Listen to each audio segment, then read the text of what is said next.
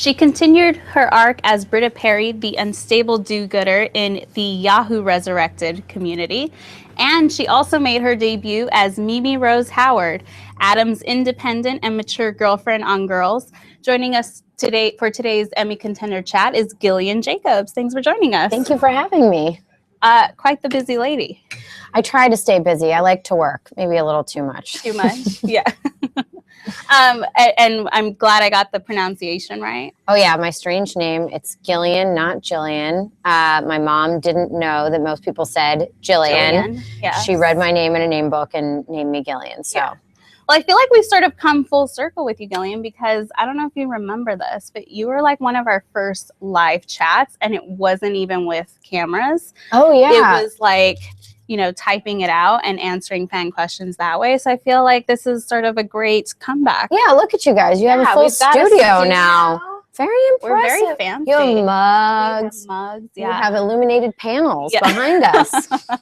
So thanks for coming back. Oh, thank you for having me. So I feel like maybe we should first just get started about, how can we not start with Mimi Rose Howard? Just because I think given your name affinity or connection with having a unusual name, but let's first start with Mimi Rose. Yes. When did you know that that was going to be her name? Mimi Rose Howard, which I love the way Hannah described it. Oh yeah, it's a woman's name and a man's name with a flower in between. Yeah, and that's not even her full name. Her full name is Mimi Rose Eleanor Howard. I can't remember when they told me their name, but they really seem to delight in giving characters great names at Girls. So I think there was definitely a twinkle in their eye when they named the character Mimi Rose. Yeah, I was truly just walking down the street in New York, and I saw what I could tell was a film shoot going on. And in the back of my head, I thought, oh, maybe that's Girls. And as I got closer, I realized it was. And I looked through the window, and I know Jenny Connor, who runs the show with Lena. And I waved at her, and she waved back, and she kind of said, come in, beckoned me in. So I came in, and I was on the set, and they were shooting the scene where Marnie and Desi perform at that brunch, and no one's into it. So I saw Rita Wilson. I was saying hi to Allison and Andrew. I was just sort of in the corner saying hi to everyone. And then Jenny Connor said, well, have they talked to you about that part? And I was like, what are you talking about? Oh, we're interested in you for this role. And I was like, oh, okay. And so I left, and my agents called and were like, Girls wants to talk. I was like, I already know. It's just on the set.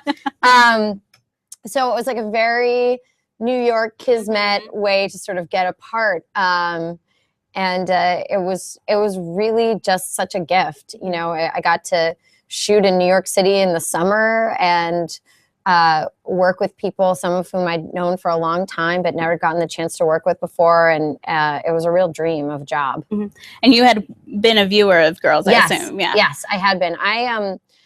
My friend Alicia Vancouvering produced Tiny Furniture, Lena's film. So I met Lena years ago because of that. And so I'd watched the show from the beginning, and it was very surreal. Even as an actor, I should not have these moments, but when we were shooting in Hannah's apartment, and you'd walk out and there was no hallway. There was not an apartment building. Like, even as an actor who's been on TV shows for years, I was still like, wait, what? There was like, where's the rest of the building? Where's Laird's apartment? I truly had that, like, I'm stepping into a show I watch moment. Were you like looking at all like the setup? Like, what kind of books were you looking at everything? Everything. And it was funny too, because the storyline was that Adam had redecorated. So there was that goofy hole in the wall between the two bedrooms, and Adam's very brutalist furniture line was featured. So it really, truly was like if you just took a viewer off the street and put them onto the set of a TV show. I like Mimi Rose's apartment. I know, much better. I was like, me too. And it was funny because, I mean, I used to live in New York. I went to college there. I was a very poor actor in New York, and I never saw an apartment that looked anything like that. That was like a raw space, and the production designers designed those like bookshelf wall units that were incredible. And I think all of us were sort of taking design notes like, oh, okay, you can create a seating area with a bookshelf. All right, good to know. Well, and we're introduced to Mimi in I think it's the 4th episode, something like towards that. the end. And, you know, she's this sort of enigmatic character. She has her life together. She's mature. And she's not like obsessed with Adam. Like, she's not consumed by him. Talk about playing someone so outside the realm of these girls. Well, I really think that it showed Adam in a different light, because you've really only seen him as this object of Hannah's obsession and this incredibly intense romance and back and forth. And to see someone not be really that into him, I thought was really kind of refreshing. And it really does show to you, because I mean, I don't know. I've had those people in my life where I just thought they were the sun and the moon and the stars. And then you see another person react to them like they're not that big of a deal. And it's suddenly like, what? Yeah. It's like the camera goes out and you suddenly see the world in context and you're like, oh, they're not that big of a deal.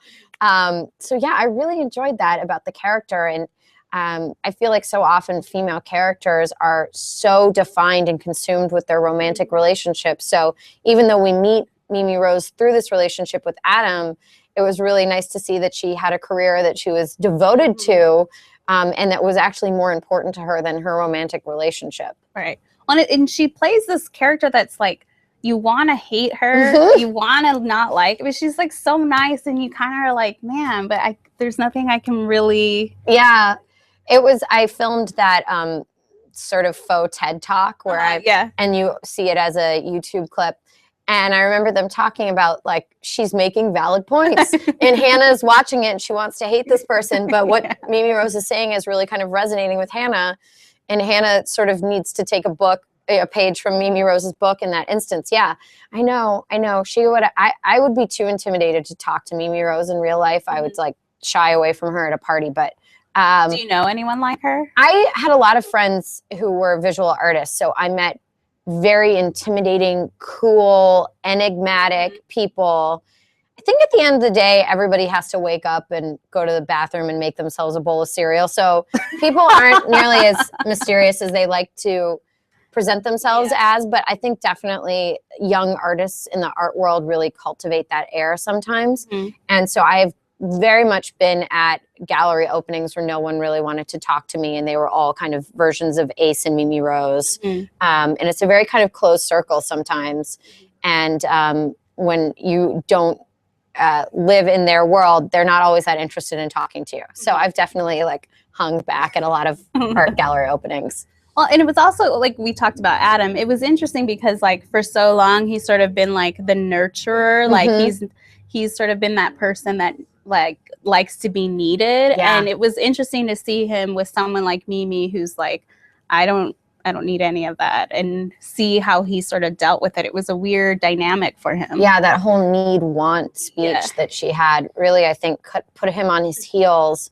I think that I was at the end of the first season where he kind of ran over and rescued. Mimi Rose does not need to be rescued. I think that you kind of have to look at yourself a little bit more when you're not the nurturer, caretaker anymore, because I think that is a very sometimes emotionally gratifying thing to do for another person, but it kind of takes the heat off yourself. So yeah, I wonder what thoughts and feelings came up for Adam when in relation to Mimi Rose. We never talk about the relationships on Community in this deck. There's not like there's not like a psychological profile so much of like the characters. Maybe we should do that. Yeah. Okay. Let's do it. Into the psychological. Like I've never had a conversation like this about Community in 6 years. Is that a weird thing for you? It is. I mean, it feels like two different parts of my brain. It was a really refreshing thing about Girls. I sort of went into it knowing that it is, defined as a comedy, but that I was tones are very different. I was going to release myself of any and all obligation to make things funny, which is really refreshing because, you really have to sometimes do very technical things to make jokes work on a show like Community or other sitcoms. And so you're having to engage your brain in a very specific way because otherwise the joke falls flat. But with Girls, I really just sort of was like, I'm going to play the scene as truthfully as I can. And I think it will be funny because there's inherently funny things about these situations, but I'm not going to sell any jokes. Well, and you also, I think I read somewhere that like you sort of went out of your way to, even with her wardrobe, make it very un-Brita-like. Yes, yeah. I went into one of my wardrobe fittings and there were some leather jackets hanging there, and I was like, please, I don't want to wear leather jackets. Like you, I have a real thing for striped shirts. Britta Perry wears a lot of striped sweaters, which I then steal at the end of the season and wear in my real life, but I requested no stripes. And I didn't want to wear just like tight jeans all the time. So I think they did a really great job of differentiating the two. Yeah, and I'm doing a new show for Netflix now called Love, and it was the same sort of thing where I think early on someone said, and maybe she's like a jeans and leather jacket and t-shirt type of girl. I was like, no, she's not. No, she's not. No. Because then people will just think it's Brit on a different show. Like it's interesting when you've done a role for so long. And I also think that Community is much more like The Simpsons than like another show. Like the wardrobe was sort of codified and stayed the same. So I'm very cognizant of not wearing Britta Perry like things on other shows now. Interesting. How about like we could sort of do a comparison here, but like with Britta, like how integral was it to sort of know like some of her backstory versus Mimi Rose, where you're coming in and going out? Like how much did you want to know? I mean, and what did you get out of knowing that she dated someone like Ace, who has a toothbrush in his mouth? I know. And Zach wasn't cast until we had already started shooting it. So there were other notions of Ace, and I feel like that was all Zach. The toothbrush was his idea. He had really strong ideas about what he would be wearing, and he came in as this fully formed character. And I feel like his performance really said so much about my character. So it was so fun to get to work with him. And he and I both grew up as theater kids in Pittsburgh. So I've known Zach for a really long time, but I've never worked with him before. So it was so much fun to get a chance to play these kind of obnoxious people together. I thought he was just terrific on the show. Well, and apparently that's now become like somewhat of a thing with the toothbrush in New York. Oh, Lord. Now guys are doing that. He was so into character that at one point we were running across the street in Brooklyn. He dropped the toothbrush, picked it up, and put it into his mouth. That's an actor. I would never do that. I've never been that committed to anything ever. All I would be thinking about was like, all the, like the diseases and the microbes that were then in my mouth. But Zachary Quinto is a devoted, real professional. Well, and, to contrast that, I mean, we were introduced to Britta's parents on Community. Yes. So that sort of informs who she is too. Talk about that. Yeah, I know. It's interesting with like a long-running sitcom. Sometimes you establish character things early on and then they sort of change them because it ultimately doesn't end up working for the character or the story, or sometimes like a joke. So I always remind myself that Britta has brothers that are mentioned in the pilot that have never been seen. And I used to try and like pitch friends of mine to play my brothers. And then I realized the brothers were never going to be in evidence, but I got my parents. So I finally got my parents.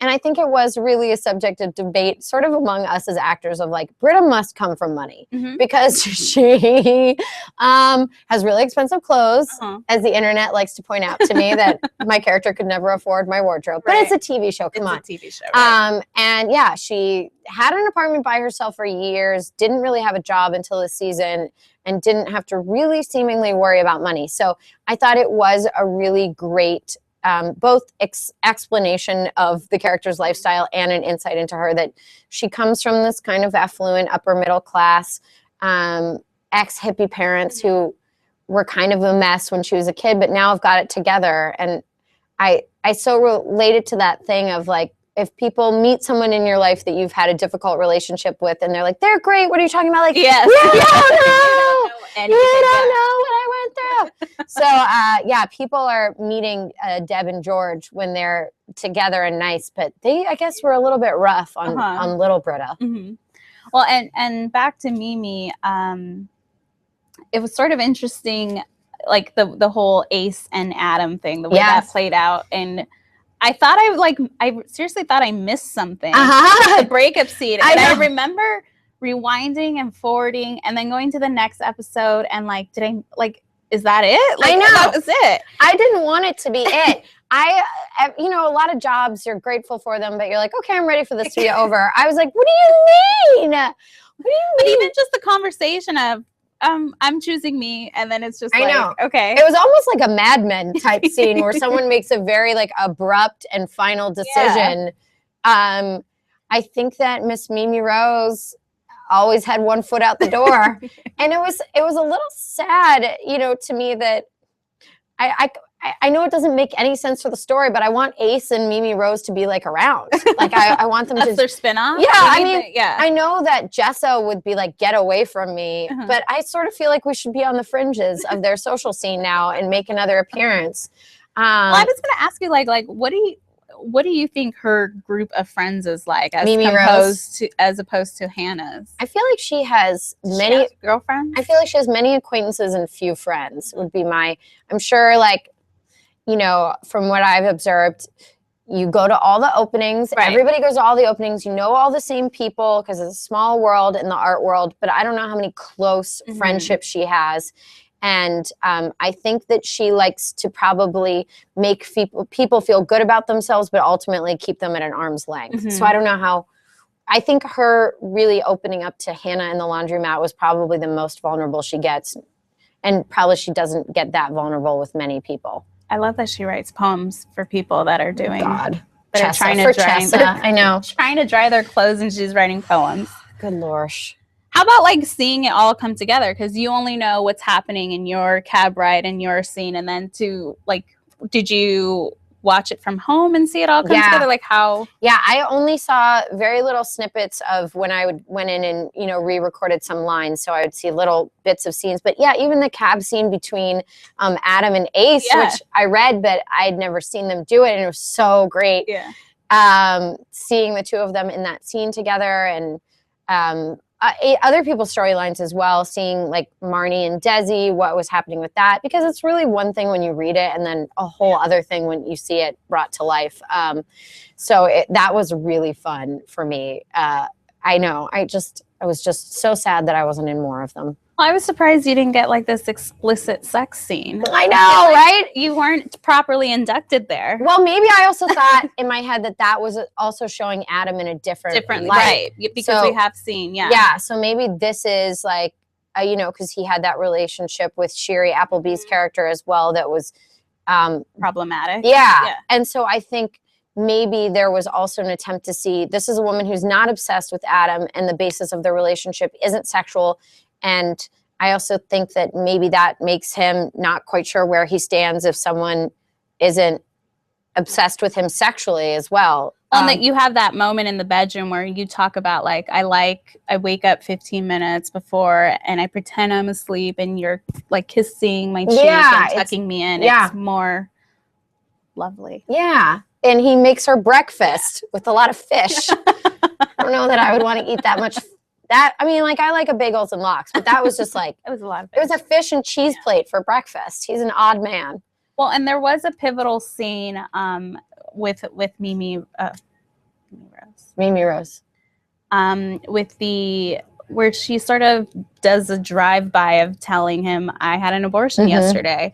And it was like a really interesting take on the conversation that couples have. And it's not one you often like hear about, where she's just like, yeah, I had it without consulting you. And, you know, we see his reaction to it, but talk about playing that scene. Well, I think that was Lena and Jenny's intention with that storyline, was to present a different sort of conversation. And I think that was important to them. You know, I know Lena works a lot with Planned Parenthood, and I think that they consulted, you know, on the script and the storylines as well, to present a character who made a decision and, you know, informed him of it after the fact. So I think that it was important to them to show a different kind of conversation. How about let's sort of steer back to Community. Because I know when you were starting to do press on Girls, it was sort of thought of that Community was over. And that's how you were talking about it, like saying goodbye to the character of Britta. And then talk about like how quickly this thing with Yahoo came together. Well, and Yeah, it was interesting. So I got offered the part on Girls, and when you're contracted to a TV show and you're going to do a significant number of episodes on another show, you sometimes have to get the permission of the network. And I remember thinking like, oh, please let me do this. And then I got a call. It was like, good news, they're going to let you do Girls. And I didn't feel happy. I felt this sinking feeling in my stomach. And I got off the phone and I was like, why do I feel so sad? And I was like, oh, because Community is getting canceled.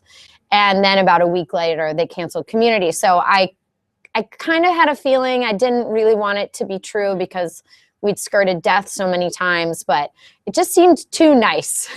And so I started working on Girls, and, the months were going by, and we, knew as much as the general public did. I'd read rumblings on Twitter that we were going to various places, and then it seemed like that all fell apart. And then very much in the, final hours of our contract, Yahoo came in and really, I guess, convinced Dan Harmon to take it there, because I think initially he didn't really want to do it.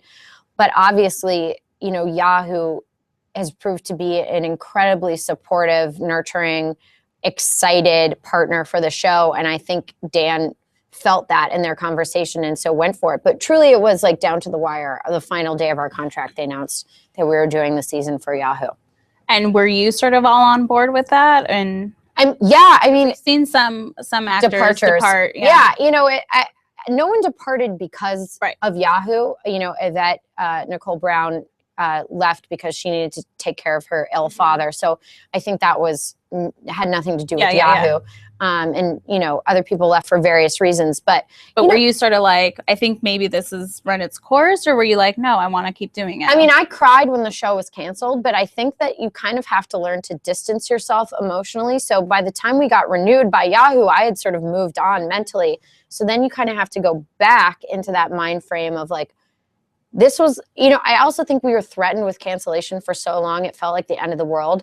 That when it finally happened and we were all okay, it was like, oh, this is all going to be all right. Right. And so I think for all of us, it was like, we're doing it again? What are you talking about? But then you're on set and the scripts are great and you're with your favorite people in the world. And I could start crying right now because I love them so much. They're like your family. And then you're like, oh, okay, I love this. Mm-hmm. But it really, truly is one of the most bizarre stories of a television show. Someone will write a book about Community. Yeah. So we've just had to have every sort of emotional position to this thing in the course of our 6 seasons. Right. When you got a new set and some new characters, did that sort of liven things up a little bit? Certainly the addition of Paget Brewster and Keith David was wonderful. We love them. I don't know how you feel, but I think that they are terrific on the show. It's fun to see like Keith's dynamics with Britta, like seeing how he reacts to her. Totally, that they share the same favorite band. And that I know Dan Harmon loves to have a baby boomer on the show, but this is definitely the most like technologically savvy baby boomer we've had. And I think that Paget is like a really wonderful adult, which we don't have a lot of like mature adult characters on the show. And she has her quirks and her insecurities, but she is an adult. So it's kind of funny to see all of us in contrast to her. I love her relationship to the dean that they've developed this season, where she has a long monologue telling him how stupid he is. So yeah, I loved working with those new actors. And did the move to Yahoo sort of give you a newfound perspective of how this whole industry works? I mean, we just saw the Mindy project get scooped by Hulu, and there's all this talk of, is it gonna thrive there? And what advice would you give to Mindy? Well, Mindy doesn't need any advice. Maybe. She is incredible. And she is a boss. So she knows exactly what she's doing. I think it really shows you that it depends on context, because I always think that if Community had been on a cable network, we would have been considered a hit because we were getting the kinds of numbers that make a cable show a hit. But because we were on a network, we were considered an underdog.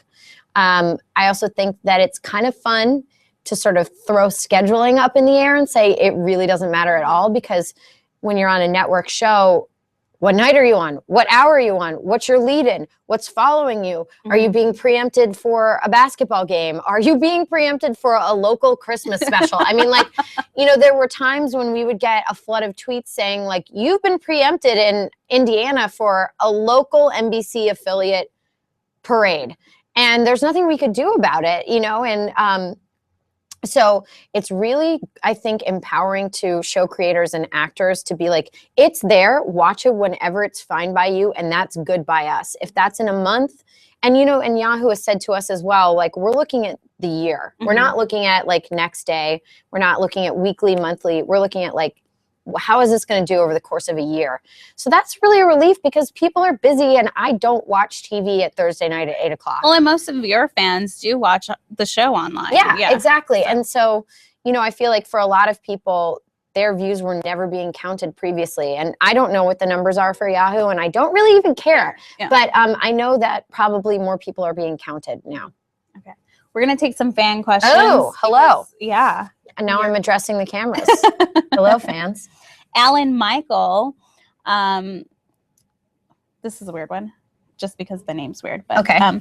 But what is it like playing the almost anti-Britta Paige in Life Partners? Oh, I did a movie called Life Partners. Leighton, who's now preggers. Yes. Yeah. And you can watch it on Netflix. That's my plug. Uh-huh. And that character is a very responsible, uptight, mm-hmm. controlling woman. Mm-hmm. And I sadly related to her. I am nothing like Britta Perry. Yeah, in certain ways I am, but I was like a teacher's pet. I like to follow rules. I like to know that I'm doing what people expect of me. And Britta Perry throws that all out the window. So I think I related more to the character in Life Partners. I wish I had a little bit more of Britta in my life, but definitely I've been told, like the character Paige, that I'm obsessed with being right in arguments, and I've tried to let that go. I can't let that go myself. Yeah. It's hard. My mom said it was like fighting with like a lawyer when I was little. So it's not my favorite thing about myself. Okay. We have one question from Jay Thomas, yes, who asks, what are your hopes and aspirations for the future, both for Britta and your own life and career? Okay, great. For my own life and career, I directed my first piece this year. I directed a short documentary for the website 538.com. About a coder named Grace Hopper, who became a rear admiral in the Navy and invented a coding language. Mm-hmm. So for myself, I would like to continue directing, and I'm starting to produce things as well. So I think that, I'd like to diversify my career in that way, and then also continue to work on projects that I love as an actor. For Britta Perry, I would just like her to be happy. She kind of dropped the therapist thing this year. I don't know if that's still a goal of hers. If it is, I wish her well in it. But I love her resilience in the face of mockery and scorn, and I hope that she never loses that. You should direct an episode of Community. No, that's too much. Why? You know what? Nat Faxon and Jim Rash. They directed 2 episodes, and they were terrific. But you know what?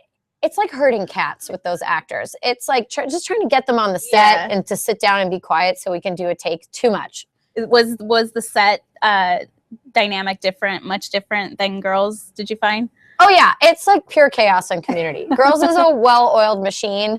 There was one day we were done with the day's work by lunch. Oh, wow. That's never happened on Community, except for when we didn't have a scene to shoot and we just had to stop. So it could not have been more night and day.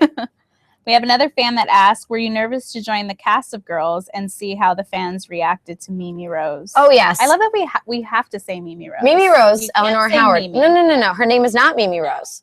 Her name is not Mimi Rose. Sarah Jessica Parker and Mimi Rose. Yeah, it was, you know what? I had to sort of just let go and be like, people are probably going to not like me because I'm becoming in between Adam and Hannah, a central relationship on this show. But I guess I'm sort of used to that with Britta in a way. People respond very negatively to Britta at times. And, the first couple seasons of the show, I don't think I was anyone's favorite. So I guess I'm kind of used to that at this point. But I was surprised and very pleased to see that people did seem to respond well to Mimi Rose. So, but I was like battening down the hatches, ready for the hate. Ready for the hate. Yeah. Well, and you're continuing your streaming persona with Love. Yes, I only work in streaming platforms now. Now streaming platforms, all the rage.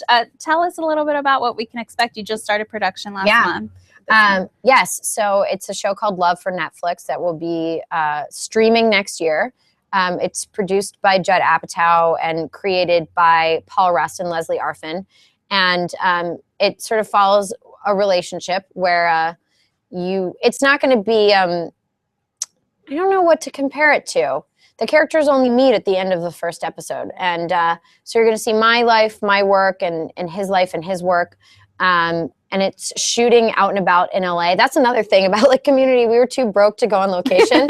So you're out now. Yeah, I'm out in the world. It's really crazy. You have to deal with things like weather and noises, things that we don't have to deal with. Yeah, planes. Like the place they chose for my character's home is right under a flight path. So that was like kind of odd for me because I'm used to like being inside for 6 years. So it's been really fun so far. I don't think I'm allowed to say a lot about it. I feel like I'll get in trouble if I say too much, but I've been having a really great time. How is the tone more similar to Girls? Yes, it's more in the vein of Girls than it is Community. And I think it's that mixture of realism and slightly heightened circumstances that I think are a trademark of Judd Apatow's, certainly TV projects. So it's really fun to be working with him again. And did Lena give you any tips to working with Judd? No, it's just like yes. It's more like, yay! It's such a relief. I mean, once again, could not be more different from Community. We were picked up for 2 seasons right off the bat by Netflix. As far as I can tell, there's very little notes or interference from them or Legendary who's producing it. They have confidence in Judd, and we are being allowed to make the show that we want to make. And, you just are so used to these battles with standards and practices and what you can and cannot say on shows. So just sort of have I think it gives people a real sense of confidence in the storytelling to know we're doing this for 2 seasons. Like, they were just upfronts, all these new shows, and you got your first order of 13, and will you get the back 9, and will you get a good night, and all to be sort of freed from that is really refreshing. I highly recommend it. How do you think people should binge watch Love then? What snacks do they need? Oh, that's good. That's good. My character. What is this kind of show? I can tell you this. My character eats a lot of snacks herself on the show. I was eating a lot of ice cream yesterday, so maybe you follow along with the characters. Okay. So I'd say, spoilers, some spaghetti, okay, some hash browns, okay, and some ice cream. Nice. With a lot of chocolate sauce. Great. With a lot of chocolate. I'm all for that. I was like, I got home from work last night and was kind of vibrating because I ate so much ice cream. Well, I hope you get to see. I would be freaking out if I get to see Jane Fonda and Lily Tomlin at some of these parties, right? Because they're the Netflix family too. Yeah. Hello. Guest stars. Oh my God. I used to do, what was that character that Lily Tomlin did on Laugh-Ed? Was it Edith Ann? I had a doll of that character when I was a kid. I used to do the voice. Come on. Make it happen. She's a hero. Nashville? Lily Tomlin in Nashville? Oh my God. Not the ABC show with Connie Britton. The Robert Altman film. Yeah. Oh my God, you have to make it happen. Ugh. You have a She probably wants to hear all of my questions for her about the filming in Nashville, right? I think she does. Maybe.